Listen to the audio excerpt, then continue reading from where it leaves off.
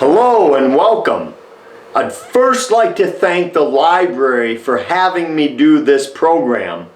But just as important, all of you who are brave enough to show up to talk about the bizarre creatures of the Midwest from the safety of wherever you're watching this show. So with that in mind, let's explore. My name's Chad Lewis. I'll be your presenter for this program, and although my background is actually in the field of psychology, for the last 25 years I've been traveling the world in search of the strange and unusual.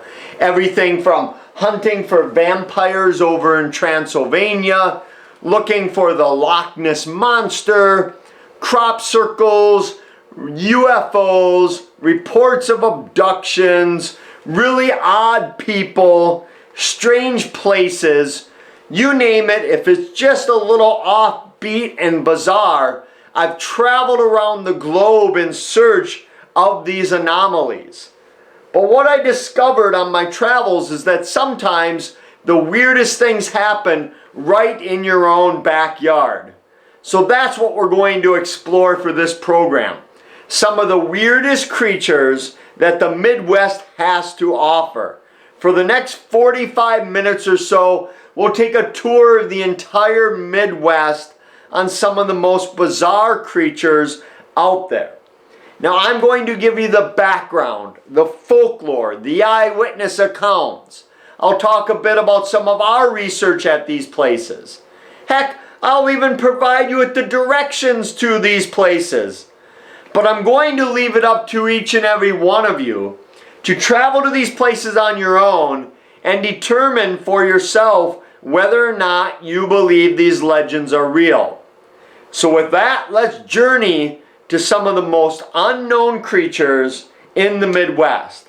First stop, right down the road from you, one of my favorite stories.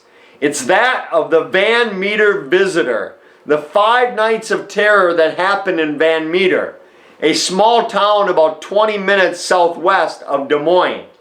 That's when, in late September of 1903, the newspapers were calling the visitation a reign of terror, a monster of awful form. This huge, gigantic beast. It all began when an implement dealer was coming home late at night, about 1 p.m., when he saw what appeared to be a bright, shining light on one of the buildings. He slowed down thinking it might be an intruder or a bank robber, only to see that light disappear and then reappear on the other side of the street on top of one of those buildings in a matter of a couple seconds. Some say it actually flew to the other side. Well, the next day he started talking about his sighting. No one paid it much mind. That is until the following evening, Dr. Alcott was sleeping above his office when he was awoken in the middle of the night by a bright light flashing into his room.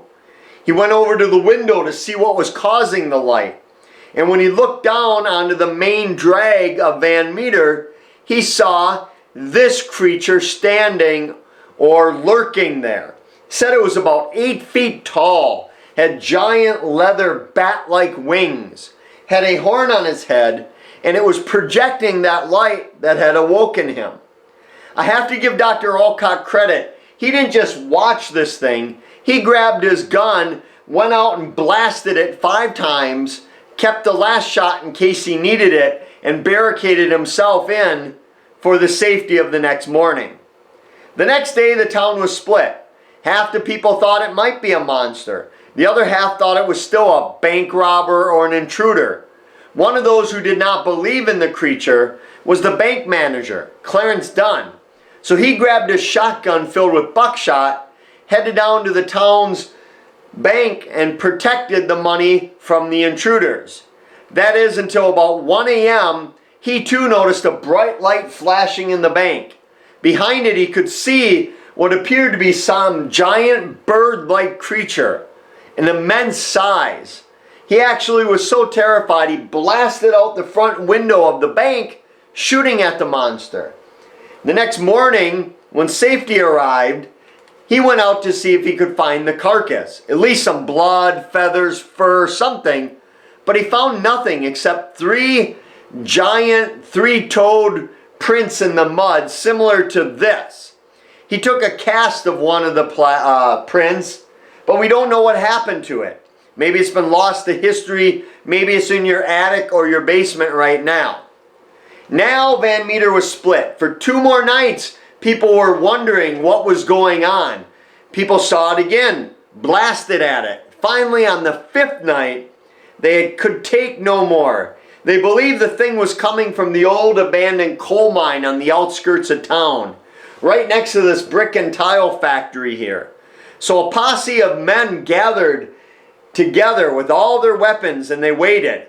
Just before it got dark, the creature popped out. This time it had another one with it, a smaller version, perhaps the female gender or the offspring. It flew off. Just before daybreak, it came back. The newspaper said that the posse shot at it so many times they could have sunk the Spanish fleet. But either they were the worst shots in Iowa, or this thing was impervious to their weapons because it had no effect. It simply descended back to the abandoned coal mine, and like a great Hollywood cliffhanger, this is where the story ended. No one knows what happened. Did they kill it? Is it still there? Did it fly off to become the Mothman of Point Pleasant?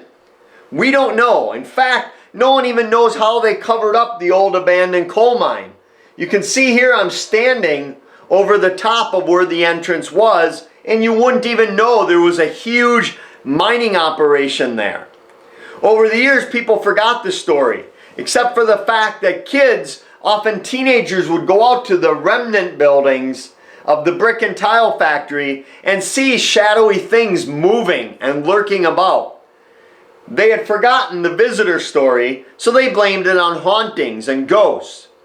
My favorite part of this story is that every year the people of Van Meter put together a Van Meter Visitor Festival where you can go and see the buildings where they shot at this monster and walk out to the old abandoned coal mine and see if the monster's still there. The bad news is the conference isn't until September of this year. The good news is that gives you plenty of time to get your weapons in order to capture this monster. As you saw in my introduction, I did spend some time over in Romania, in Transylvania, looking for legends and lore of vampires. But little did I know I should have stayed right here in the Midwest. Starting in Wisconsin. Back in the 1980s, the town of Mineral Point, Wisconsin was overrun with vampires, or at least sightings of them. It all began when this police officer, John Pepper, was patrolling late at night when he passed by this cemetery, the Graceland Cemetery. That's when he saw a very tall, very pale, very thin, very ugly vampire, complete with a cape. Officer Pepper gave chase to this vampire, chased it to the side of a cemetery where it easily flew over the fence and disappeared into the night. Officer Pepper did not want to report this. He knew how he sounded, but he was on duty. He had to make the report. And as you can imagine, the very next day, media from all over the world descended upon Mineral Point looking for the Mineral Point vampire. It got to be so much, Officer Pepper quit the police force, moved away, and refused to talk about the case. I've tried contacting him numerous times. He has never replied to any of my contacts. Once his story came out, people claimed vampires were jumping out of every dark corner of Mineral Point. Even to this day, people believe vampires are still in Mineral Point and the Graceland Cemetery. I've been to the cemetery both day and night many times. I've never been attacked by the vampire, but then again, I bring my vampire hunting kit with me. This next case may be a vampire or a death siren. It happened in the small town of Winona, Minnesota in 1922. And it talks about the case of Frances Block, a young woman who passed away. And as soon as she died, she was buried out at St. Mary's Cemetery on the edge of the town. And after she died, many of her brothers started dying as well. It came to a point that the father, who was living on the east end of Winona in this home in a very superstitious neighborhood, started listening to his neighbors who told him that the cause of all of his family's death was the daughter.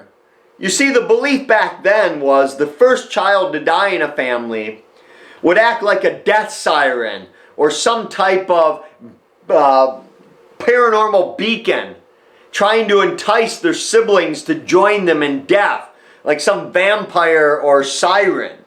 In fact, the only way to stop this was to go out to the grave, dig up the person, chop their head off, and bury it by their feet so they couldn't rise up and entice their siblings to join them.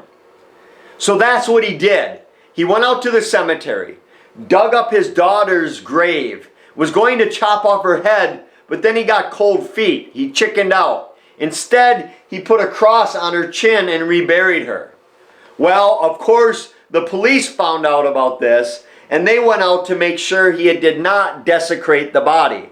And in fact, when they dug up the body, they found that he didn't cut off her head or that of her brother, who he also dug up the body. The best part of this story is that they did not charge him with any crime. Apparently, because he had not harmed the bodies, there was no crime. In the 1920s, you could dig up a body in Winona. As long as you didn't harm it, you could put it right back.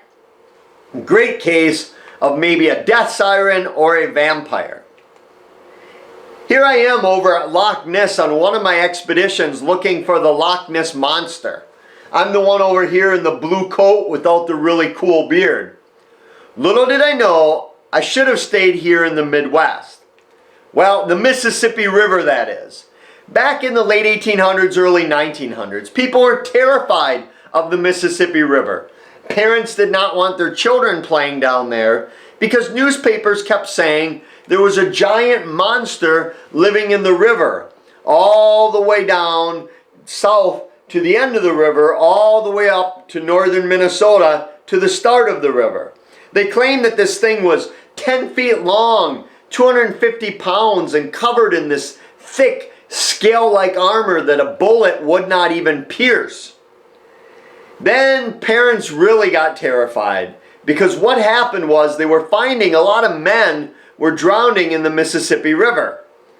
But when they pulled them out, they found deep scratch marks or gashes on their calves and ankles as though something grabbed them and pulled them out and drowned them. This led to news stories that there are man-eating fish in the Mississippi River. Do not go down there, whatever you do.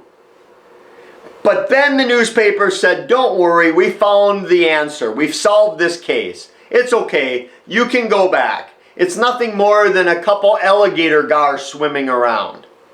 Which is all well and good when you don't know what an alligator gar looks like. But when you see that this is an alligator gar, it's a little bit different. Because if a 10-foot garfish swims against you, you're going to think it's a monster. And in fact it is. It's just one that we happen to know about. But if you follow the Mississippi River up a bit, you'll eventually come to Lake Pepin, a lake on the river dividing Wisconsin and Minnesota. They believe something bigger and more sinister and more deadly is lurking than just an alligator gar. The first tales go back to the native peoples that were said to only take their strongest and sturdiest canoes out on the water, because every time they capsized or drowned, it was blamed on this giant deadly beast. When the steamboats came up the Mississippi, the captains reported seeing the same giant leviathan of the deep. When the white pioneers finally settled the area permanently, they started writing about the cases in their newspapers. Here's one from 1871 talking about the creature being somewhere between the size of a rhinoceros and an elephant, which could move through the water with great rapidity. We have newspaper accounts dating back to the Civil War about a beast being in the water. Over the years, not only have people believed they've seen it, some believe they've captured photographic evidence of it, including this photograph that was snapped that seemingly shows a long neck and a 20 to 30 partially submerged body that the witness could barely see. A few years back, a man was out fishing with his buddy. They were watching the water and they noticed what appeared to be a log moving upstream against the current. They thought it was odd, so they motored their boat over there, only to discover it wasn't a log. They snapped this photograph of what they thought was a long-necked, humped-like creature, much like you might consider the Loch Ness Monster. They watched it for a bit and then it descended out of sight. I've been to Lake Pepin on numerous expeditions, most recently living on a houseboat for many days and nights with noted researcher Noah Voss. As you can see, we had underwater cameras, we had fishing equipment, we had bait, we had nets, we even jumped in using ourselves as bait, but unfortunately, or maybe luckily for us, Pepe, the lake monster, did not make an appearance. But the people of Lake City, Minnesota are so convinced that Pepe is real, or at least convinced you'll come looking for it, they are now offering a $50,000 reward for the capture of this monster. But you don't have to leave Iowa to see monsters. In fact, for the relatively small amount of lakes you have a lot of sea serpent stories, from the Des Moines River to Lake Okoboji to Spirit Lake, Skunk River, the Raccoon River. All kinds of sea serpent reports in Iowa as well. But if you'd rather not dip your toes into the water, you may go scouting out for perhaps the most infamous creature in cryptozoology, and that is the Bigfoot. Known throughout the world as the Bigfoot, the Yeti, the Yowie, the Sasquatch, the Abominable Snowman. Most people, when they think of these creatures, think of the heavily forested western states of the U.S. They don't often think of the Midwest. But in fact, we have some of the weirdest accounts of these creatures here in the Midwest. If you head down to southern Illinois by Murfreesboro in a place called Little Egypt, you'll come to the Big Muddy River, which got its name because it's a big, muddy river. It received international fame back in 1973 when two young lovebirds were down at Riverside Park enjoying the evening together. That's when all of a sudden a horrible stench came into their car and they heard a bizarre growl or howl, and then noticed this giant creature emerging from the river coming toward their car. They said it was at least 7 feet tall, had very light whitish gray fur covering it, and it was covered from the waist down in this thick matted down mud from coming from the river.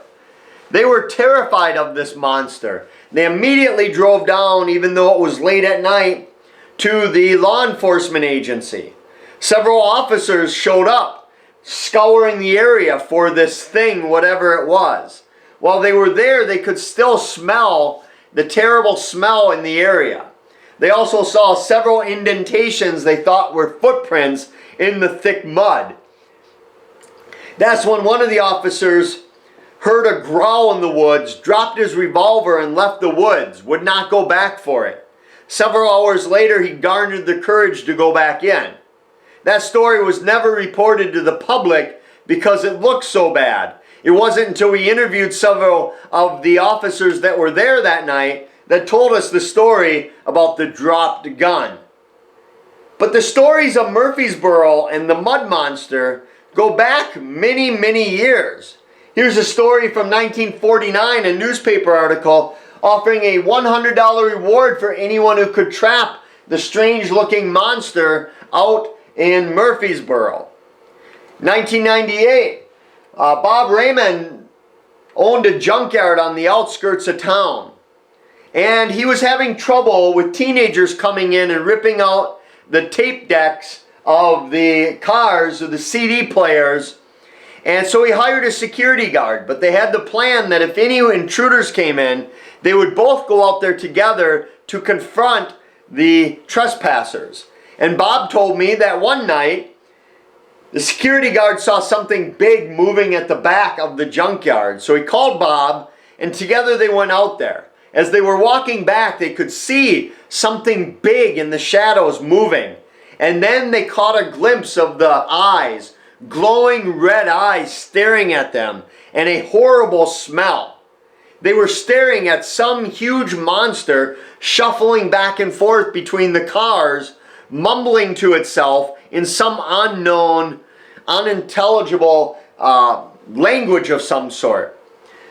The security guard had a gun and he pulled it out and he said, "Bob, should I shoot this thing?" Bob told me that he smartly said, "No, we don't know what this thing's capable of. Shooting it might just make it angry." So they walked back, tried to lure the thing under their motion lights of their garage, but the thing would not bite on their trick. But it did seem to follow them back to the shed. They locked themselves in the shed, terrified, when all of a sudden they started hearing banging on the door. And then it got much louder, a thunderous bang.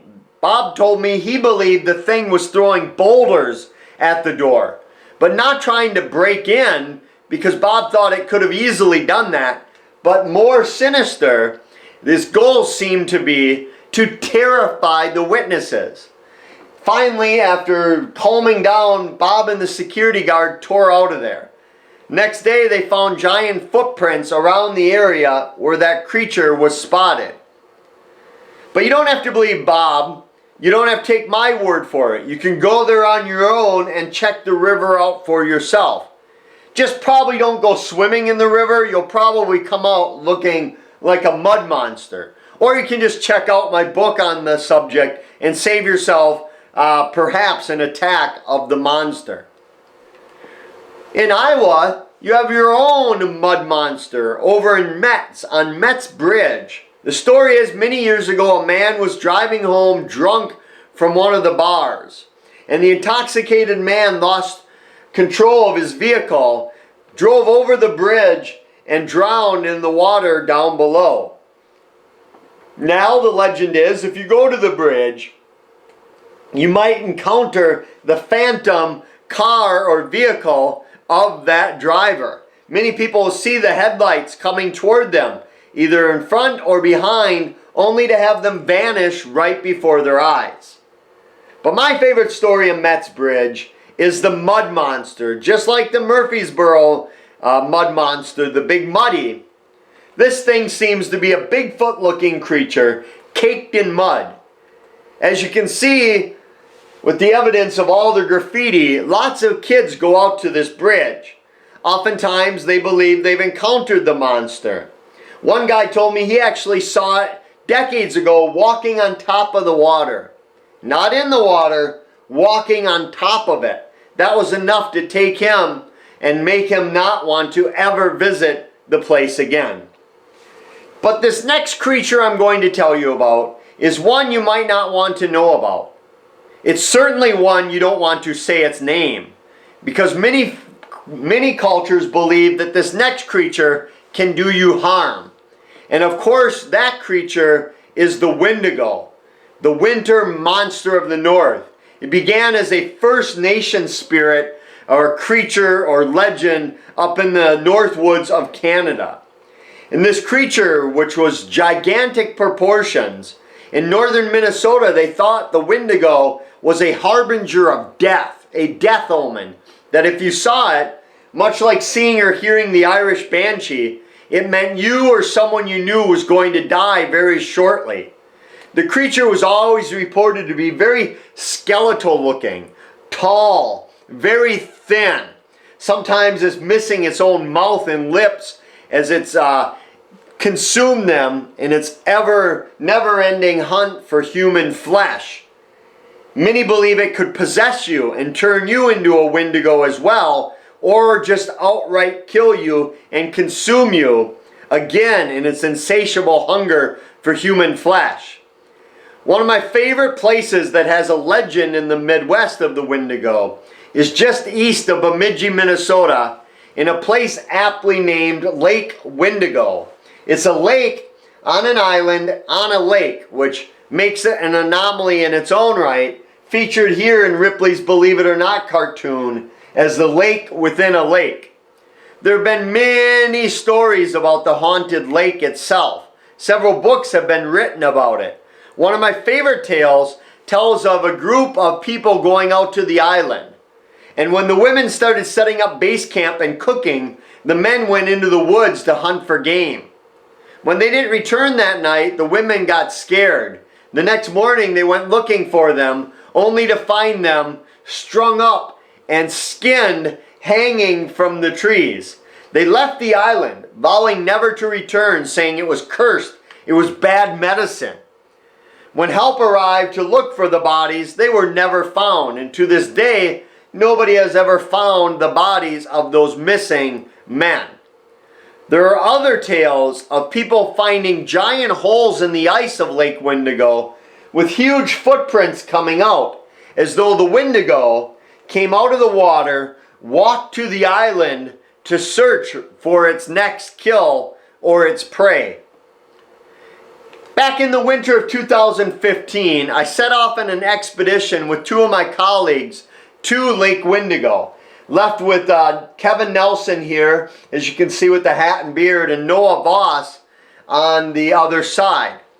You can't tell, but that's me there in the middle. The reason you can't tell is it's about 30 degrees below zero with the wind whipping through the wind chill. So for several hours we had to walk across the lake hauling our gear by sleigh. Let me give you a quick glimpse of what that was like.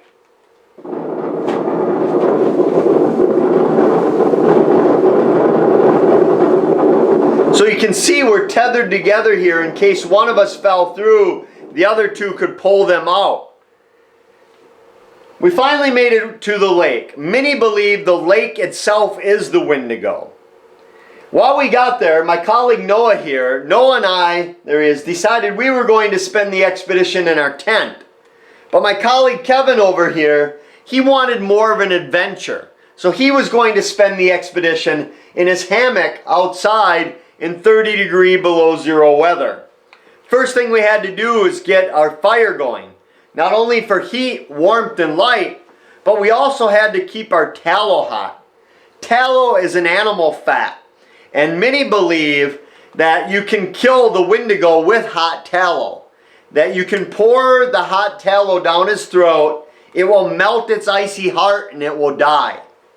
Just how you're supposed to pour it down his throat, I'll leave it up to you. But we had our tallow hot the entire expedition. And then we made our way to the lake. As I mentioned, many believe the lake is the Windigo, that that's where it lives. And in fact, there have been many drownings in the lake. Parents do not like their children swimming in the lake because so many children have drowned. The legend is if you walk around the lake, the Windigo will snatch you in and pull you in and drown you.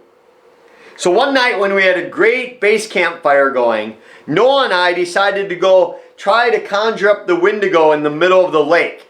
We were filming at this time, and while we were filming, we paused a moment where Noah said, "My boots are crunching the snow too loud. Nobody's going to hear what we're talking about." So we paused, and while we paused, something caught our attention and startled us. Let's take a look. To be quiet. What is it? Okay. All right, let's take another look here. Okay. See, I'm trying to be quiet for. What is it? Okay. Now, most likely it was a big bird of prey or an owl or something. I can tell you we didn't see anything, but owls are notoriously associated with the Windigo. Some say they act as spies for the Windigo, where others claim the Windigo can shapeshift, and it often takes the form of an owl to spy on people before it attacks them. But even though we didn't see the owl or the big bird of prey or whatever startled us, it got our adrenaline going for the expedition, so much that Kevin spent the night with his axe right next to his hammock just in case the Windigo showed up. If you do venture out there, I recommend doing so in the summer. You'll have a much more pleasant experience, or simply read about it in the safety of your favorite reading chair. If you'd rather not look for the deadly Windigo, I recommend you head right outside of my hometown of Eau Claire, Wisconsin, to a place called Mary Dean, an entire island that was inhabited and named after a young girl by the name of Mary Dean who drowned while coming up on a boat. It was said she was buried in an unmarked grave out on the island. At one time, an entire town lived on the island. They had a post office and several businesses. But now it's completely abandoned, but not empty. Many believe the spirit of that young Mary Dean still haunts the area. But my favorite part of this legend is there's a dare associated with it. A lot of these paranormal places have dares attached to them. What is the dare of Mary Dean? Well, let's take a look. I'm here at the boat landing of Mary Dean, where the dare is that if you're foolish enough to go into the water, the vengeful spirit of Mary Dean will try to pull you under, and you'll meet your watery grave and spend eternity in the river with Mary Dean. So I'm going to take this dare right now. No life jacket, no swimming apparel, just me versus Mary Dean. So let's see how this goes. I know you're all wondering if I survived this or not, but the water gets deep and then shallow and then deep again. My favorite part is that you can camp out on the island like I did. You don't need to register, you don't need to pay, you can simply camp. Many people that see the spirit of this woman out there claim that she'll act like a siren, trying to entice you in by saying things like, "Help me, I can't swim. Save me, I'm drowning, please help." And in fact, every year, several people do drown in this spot. Their friends and family often report that the person seemed to be called there for some apparent reason, and then they lost their lives and met their watery grave there. Very creepy spot that many people don't like visiting. So I'm out here in the middle of the river, waiting for Mary Dean to pull me under. So I wait for quite a while, and then I make my way back here. Well, thankfully, the spirit of Mary Dean did not pull me under into those dark, churning, cold waters of the river. So another dare completed. So if you like dares like that, go to my website. You can see me do dozens and dozens from around the country, rather than you risking your own life. But the story gets even better, because the story is that when the island was inhabited, a doctor had several dogs, and those dogs mauled some children and had to be put to death. Now the legend is that when you go out to the boat landing by the island, you will see what many people are calling the Hellhounds of Mary Dean. If you've never heard of Hellhounds, they're large black dogs with glowing red eyes. They've been reported throughout history in nearly every culture on the planet. Many believe that they do the devil's bidding, that they guard portals to hell. But just to show you we're not the only weird people to believe in these hellhounds, a few years back I was over in Central America, over in the jungles there, searching for a jungle protector that they called the Tata Duende. And everywhere I went looking for this diminutive, backward-footed creature, villagers said, "You better get back here before nightfall, because if you're not back before the sun goes down, you might encounter our hellhounds." They called them Cadeos. And they believed that these things had supernatural powers, that if they saw you, they would connect with you and slowly steal your energy. And unless you could find a powerful shaman or a bush doctor to remove the curse, you'd be dead within a week of seeing these monsters. So being the researchers that we were, we made it a point to stay out past dark every night. And knock on wood, I'm still here today. But back to the boat landing of Mary Dean. After one of my programs, a big burly biker guy came up to me. You know, the type of guy you wouldn't think would get spooked by anything. He told me him and his buddies were taking their motorcycles out to see Mary Dean. They had never heard the Hellhound legend. But as soon as they got there, he said they were surrounded by 3 hellhounds. When I asked him why he thought they were hellhounds, he told me 3 things stood out to him. 1, they had glowing red eyes. 2, they were nearly transparent. He could almost see right through them. And 3, no matter how fast they went on their motorcycles, these things kept up with them. It wasn't until he went to kick one and his big biker boot went right through it that they finally disappeared. I'll leave it up to you to head there and discover these hellhounds for yourself. But if hellhounds are too spooky for you, maybe you want to start off with something that might not at first glance seem too scary. Of course, I'm referring to the little people, the hidden folk, the good folks, the gnomes, fairies, goblins, you name it, these little things out of folklore. One of my favorite places to experience legends of these things is in Pipestone, Minnesota, at the National Monument, a sacred area because this is where Native people quarry to get the stone that they use in their ceremonial pipes. So when I first went there, I was staying at the haunted Calumet Inn, a hotel in downtown Pipestone, thought to be haunted by a former lady of the night and a man who lost his life in the fire. But everywhere we went, villagers said, get out to the monument because they believed it was haunted.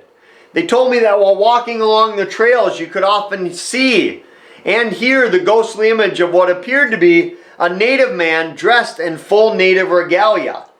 Thinking maybe he was doing a ceremony or paying his respects, they would follow him only to have him vanish right before their eyes. But they also believed something else was out at the National Monument, and that was the little people. Again, 3 feet tall, pointed ears, pointed cap, right out of folklore. When I was over in Ireland, I'd walk into a pub and say, where do all the gnomes and fairies hang out? And they'd say, which ones? Try doing that here, you'll probably get thrown out of the pub thinking you're intoxicated. But over there, they believed these things had supernatural powers, that they could take your sight, your hearing, or even lull you into their world where you'd be fairy-led and never come back. So they believed that when you went looking for these creatures, that it was imperative that you bring an offering with you, whether it was some tobacco, a shiny rock, some candy, something to appease the little people. So when I was staying at the Calumet Inn, I walked out, it's about a mile away, to the location of the sacred monument. I found a spot where I said, if little people exist, this looks like a perfect location for them to hang out. So I got under a tree, I sat down, I put out my bait, my offering, and I called out for the little people to make themselves known. Nothing happened, but 15 minutes later, something dropped out of the tree into my hair. Or at least I think it did. I couldn't find anything, but I swore something, an acorn or a twig, fell into my hair. 15 minutes later, the same thing happened. But nothing was there. Then, even though I had just walked there, it was a beautiful sunny afternoon, I suddenly felt very drowsy, like I was going to fall asleep. Maybe I was being fairy-led into their realm. So I shot up, walked back to the visitor center. There I started talking to some of the stone carvers that worked there, carving their stone as cultural ambassadors. One lady who had been there 20 years, her mother almost double that, told me that they often would see the little people rattling and hear them rattling pipes in the back locked room, and when they'd go back, they'd see them scatter. She also told me that when her and her mother would be working, it would feel like a fly would land in their hair. They thought it was the little people tugging at their hair in a playful, trickster-like manner. Maybe the same thing that happened to me. But as I was leaving, she told me, whatever you do, do not call out for the little people because they'll make themselves known. I didn't have the heart to tell her I was just calling out for them, but luckily I'm still here today. But gnomes and little people are one thing. What about giant werewolf-looking creatures? Well, thanks to my good friend and colleague Linda Godfrey, my home state of Wisconsin is now known as the werewolf capital of the world. It all began when Linda was working as a journalist in Elkhorn, Wisconsin, the southeastern portion of the state, when people would be driving down a small stretch of road called Bray Road. There, mostly at night, but not always, people would be driving down the road when all of a sudden, for a lack of a better term, they reported seeing a werewolf-type creature. Bigger than a bear, but shaped more like a wolf with that long muzzle and the deep, dark, matted down fur. Since Linda's books came out, people all over the country have contacted me about seeing these things, often on the side of the road eating roadkill or freshly killed prey. Right outside of Fort Dodge, Iowa is this bridge called Terra. Small town that's been completely forgotten. But the locals, they don't call this bridge Terra Bridge. They call it Terror Bridge. The reason being is that dating back to the 1800s, there's a story of a man working for the railroad. He was a pile driver, hitting stakes into the ground when one shot up and decapitated him. Many believed his spirit was haunting the bridge. In fact, those strong, big, tough railroad men, many of them refused to go across the bridge at night because every time they did, they either saw the ghostly image of their fallen companion or they saw what appeared to be a ghostly phantom train. They could see the light coming toward them. They could hear the rumbling of the engine. They could feel the vibrations, but nothing ever arrived. I have newspaper accounts going back to the 1800s talking about ghost hunters from Fort Dodge going out there. But folklore is never stagnant. It's always morphing and progressing. And over the years, people have forgotten about the story of the pile driver because a new story has replaced it. And that tells the tale of a woman going out to the bridge with her children. She was very distraught, lost it, snapped, had a mental collapse. So she waited, and she waited.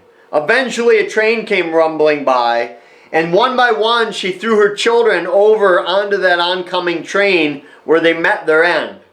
When they were disposed of, she too jumped over and joined them in death. Now the legend states that when you go out to the bridge, not only will you see the ghostly image of that young murdering mother, but many claim that if you do not lock your doors and windows while on the bridge, she will try to throw you over to your death too. Last time I was there, I was with the researchers Kevin Nelson and Noah Voss. I was down below here under the railroad tracks. They were up above. Not only did they not stay in their car and lock the doors and windows, they came over to the side. They were up above hoping that the spirit of the woman would try to throw them over. I was down below here filming, praying that she would throw them to their death. But unfortunately for me and luckily for them, she did not make an appearance. But the story gets even better because dating back to the same 1800s period, all the way up to modern day, people have been driving their horse and buggy and now their vehicles down the back roads of the area when all of a sudden they too spot something that shouldn't be there. Just like Bray Road, they're seeing this large biped moving upright on its hind legs like you and I do. One person told me they saw it keeping up with their car even as they approached 50 miles per hour.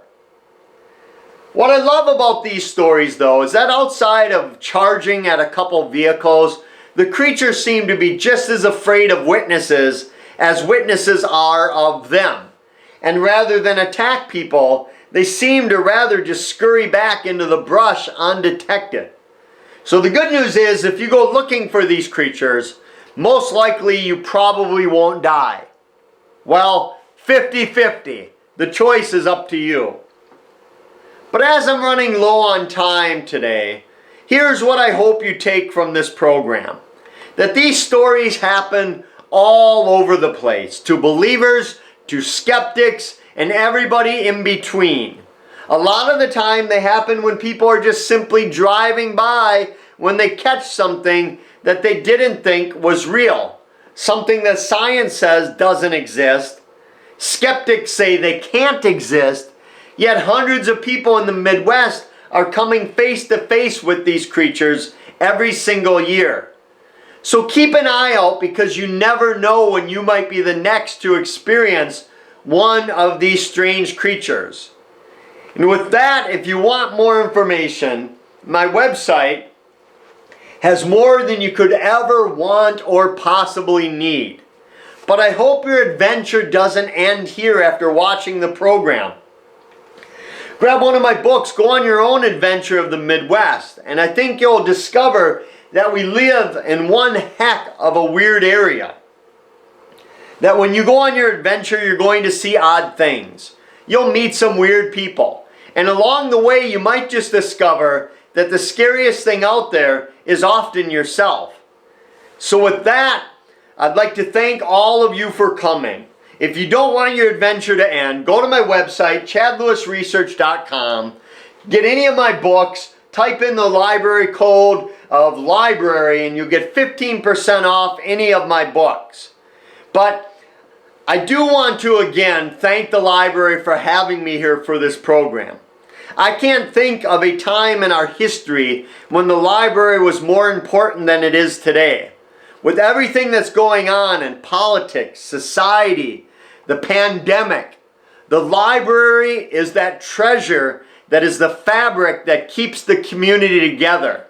And they're doing a tremendous job, and again, I can't imagine we ever have needed libraries as much as we do today. So if you liked programs like this, let them know so you get more of these. If you didn't like this program, let them know so you get fewer of these. But either way, the library's put a ton of work into getting me here, and they should be applauded, and thank you all for coming.